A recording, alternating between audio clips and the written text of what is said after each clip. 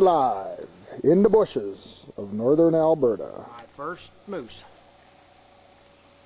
Ended up calling him in at about 4 yards. Shot this a little far forward, but it went in and he didn't go but about, I suppose, 45, 50 yards at the most. Maybe not even that far, maybe 30. 30, 35 yards. So I watched him go down. He just walked back here and stopped and stood there and stood there and stood there, and then he kind of went out of sight, so I figured he was down in.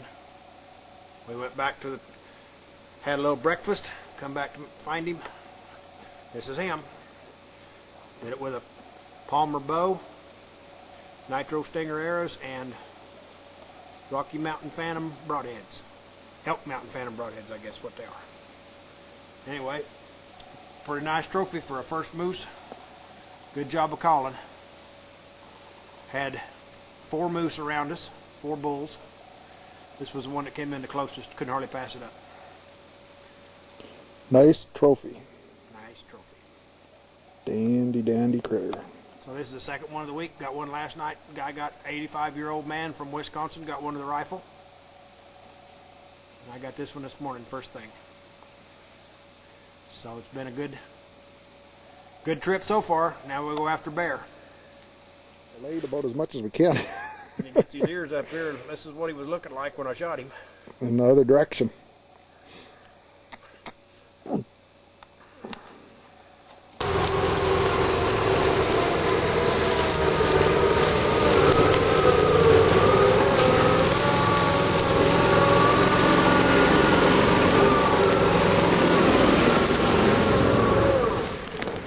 Here's Argo. Go back right up. There's the moose. That's about as close as you're ever going to drive to one. We're here. No deer. I know. We were standing here on the road, and Don let out a cow call, and the bull grunted from probably a mile away. He told me to run up there to that bush tree. See, the land changes a little bit from timber here to a little bit of an opening. Meanwhile, he stood right over here behind this tree. That's where he was. So consequently, I'm going to try to show you a little bit of what was going on. I stood up here under these birch trees, and I just slipped in. I didn't have any camouflage on, just had a blue jacket, did have a camouflage hat just for warmth, and still in my tennis shoes. Just left camp, like I said. So we come running up here, and I stood right here on these logs, kind of standing up, hiding underneath this little bit of overhang. And just in case something, I could turn around and shoot, figuring it would be out here in this open spot, which would probably be in the neighborhood of, 15 and 20 yard shot. So anyway, I'm going to try to get up here.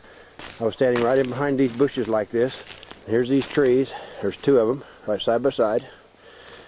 And meanwhile, I heard the noise and looked over, and it was about where those